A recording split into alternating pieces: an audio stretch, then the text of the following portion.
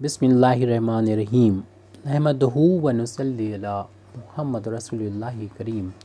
ये problem complex analysis के complex integration chapter से है। Evaluate by Cauchy integral formula integration along C D Z upon Z Z plus pi I where C is Z plus 3i modulus equal to 1। तो यहाँ पर पहले हमें Cauchy integral formula देख लेना चाहिए। इससे पहले की प्रॉब्लम में हमने कॉची इंटीग्रल फार्मूला लिख रखा है T56 में। तो कॉची इंटीग्रल फार्मूला ये है कि F Z is a analytic within and on a close contour C. एक क्लोज कंटूर सी है तो उसमें एफ जेड कैसा है, एनालिटिक है। विद इन यानी इसके अंदर भी है और इसके ऊपर भी है, यानी ये बाउंड्री है इस पर। तो इसके अंदर एक पॉइंट होगा A and if A is any point within C, C के अंदर होना चाहिए, बाउंड्री पे यहाँ पर नहीं होना चाहिए। तब इस पॉइंट पर फंक्शन की जो वैल्यू होती है इस फार्मूले से फाइंड कर सकते हैं 1/2 pi I F Z D Z upon Z minus A, और इंटीग्रेशन करना है अलॉन्ग सी यानी इस करके अलॉन्ग। तो एक्चुअल में जो इंटीग्रेशन हमको दे दिया जाता है वो ये होता है, उसको हमें इतना बनाना होता है और उसी के अकॉर्डिंग हमें सी देखना होता है कि ए क्या होगा, एफ जेड क्या होगा। उसे हमें सेट करना होता है कि अगर फैक्टर डिनोमिनेटर में ज़्यादा हैं तो उसमें कौन सा जेड माइनस ए होगा, यानी ए कौन सा पॉइंट होगा, यानी जो हमारा कर्व है उसके अंदर कौन सा पॉइंट पड़ रहा है उसको हमें लेना। और साथ में जो फंक्शन उसके बाद बचा है जो हम छोड़ते हैं एफ जेड चूज़ करते हैं वो एनालिटिक होना चाहिए। तो ये सारी शर्तें कंडीशंस अगर सेटिस्फाई होती हैं तो हम इस फार्मूले का यूज़ करते हैं, वो भी इस फार्म में कि इसको उधर मल्टीप्लाई कर देते हैं। तो अभी तो हम इस कॉची इंटीग्रल फार्मूले को अपने सोल्यूशन में यहाँ पर लिख देते हैं। By Cauchy integral formula we know that F is equal to 1/2 pi I integration long C F Z upon Z minus A और यहाँ पर डी जेड। तो अब यहाँ पर हम सबसे पहले तो इसका इंटू कर देंगे क्योंकि हमें जिस इंटीग्रेशन की वैल्यू फाइंड करना है F Z upon Z minus ए अलॉन्ग सी, इस फार्म में इसको बना लेते हैं 2 पाई आई इंटू एफ। इसकी वैल्यू फाइंड करना होती है, हमें इस फार्म में बना लेते हैं अपने इंटीग्रेशन को।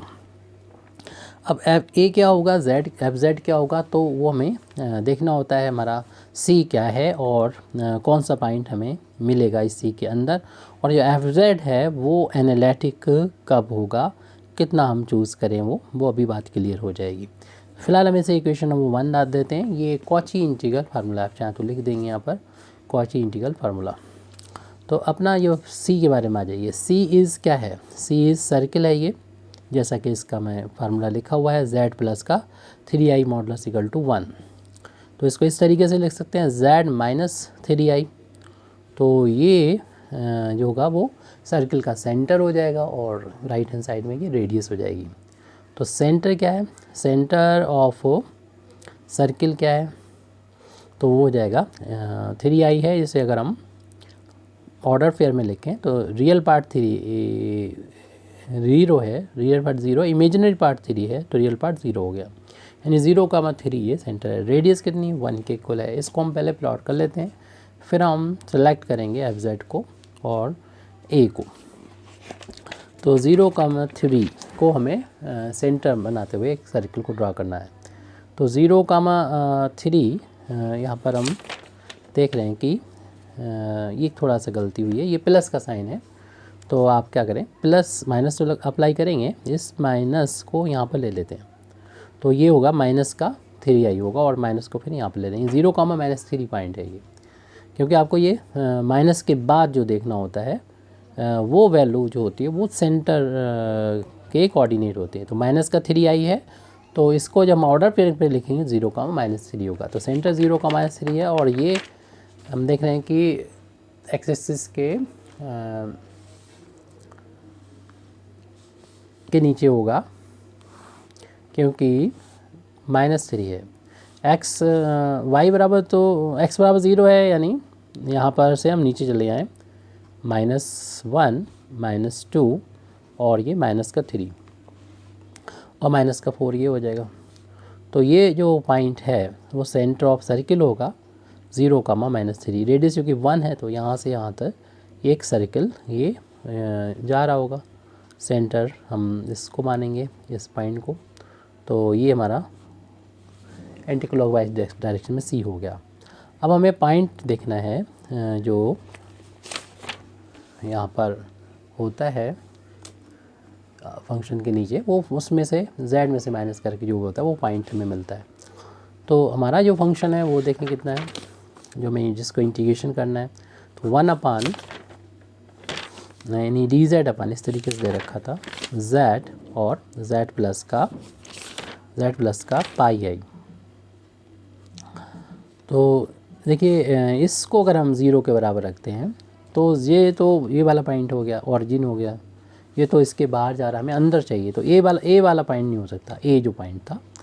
तो इस पॉइंट को जब z प्लस पाई आई को हम 0 के बराबर रखेंगे, इससे z की वैल्यू माइनस का पाई आई होगी। आपको मालूम ही है पाई की वैल्यू जो होती है 3.14 होती है अगर लगभग में देखें तो 3 तो ये माइनस का मिल ही गया है, और इससे थोड़ा सा ज़्यादा ये वाला पॉइंट क्योंकि इमेजिनरी एक्सिस पर ही है तो यहाँ पर मिल जाएगा, इसी के पास में ही होगा। ये तो यहाँ पर 0,-4 ज़्यादा दूरी पर हो जाएगा। तो ये वाला पॉइंट मिल जाएगा हमें z इज इक्वल टू -3 यानी पाई आई इसे लिख दें, और ये c के हमारा अंदर ही है। तो ये a का काम करेगा, ये वैल्यू जो होगी a का काम करेगी। तो इसका मतलब हमें इसको डिनोमिनेटर में ही रखना है, इसको न्यूमरेटर में ले जाएं, बाकी वैल्यू को न्यूमरेटर में ले जाते हैं, यानी 1 को के साथ ऊपर ले जाएं इसको z को, यानी 1/z dz, इसको इस तरीके से लिख सकते हैं। और z प्लस जो i है उसको भी हम सेट कर लें अपने फार्मूले के अकॉर्डिंग, इसको कन्वर्ट कर लें।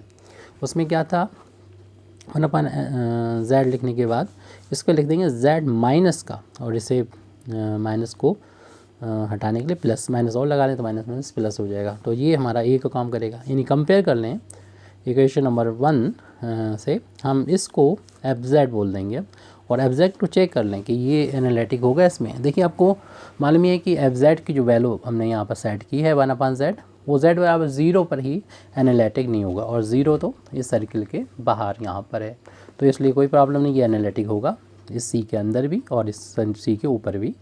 तो और a पॉइंट जो होना चाहिए वो जिसको हमने मान लिया है माइनस का पाई आई, वो सर्किल के अंदर होना चाहिए, वो सर्किल के अंदर यहाँ पर है z इज इक्वल टू -पाई आई।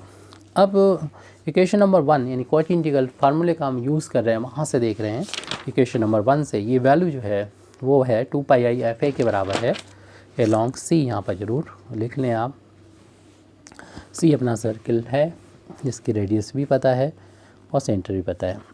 अब इसकी वैल्यू जो होगी 2 पाई आई इंटू एफ ए के बराबर होगी। सबसे पहले तो हम एफ ए की वैल्यू लिख लें, या फंक्शन की वैल्यू डालना चाहें तो पहले फंक्शन की वैल्यू को डाल सकते हैं। चलिए ए की वैल्यू हम रख देते हैं जो माइनस का पाई आई है। फिर आप फंक्शन को देख रहे हैं, फंक्शन क्या है 1/z है तो 1/z कर लेना है। तो 2 पाई आई इंटू इसे लिख देंगे 1 जो भी वैल्यू है माइनस का पाई आई हो जाएगा। इससे आई से आई तो कैंसिल कर देंगे, माइनस शुरू में आ जाएगा, बल्कि पाई से पाई भी कैंसिल हो गया है, ये पाई आई दोनों कैंसिल हो गए हैं, माइनस शुरू में आ जाएगा, और तो इस तरीके से 2 × 1 2 आ जाएगा, यानी ये वैल्यू जो होगी वो -2 के इक्वल आ गई। इस तरीके से हमारी ये प्रॉब्लम कंप्लीट हो चुकी है। Thank you very much Indeed for listening me. व आखिर दावाना अल्हम्दुलिल्लाहि रब्बिल आलमीन।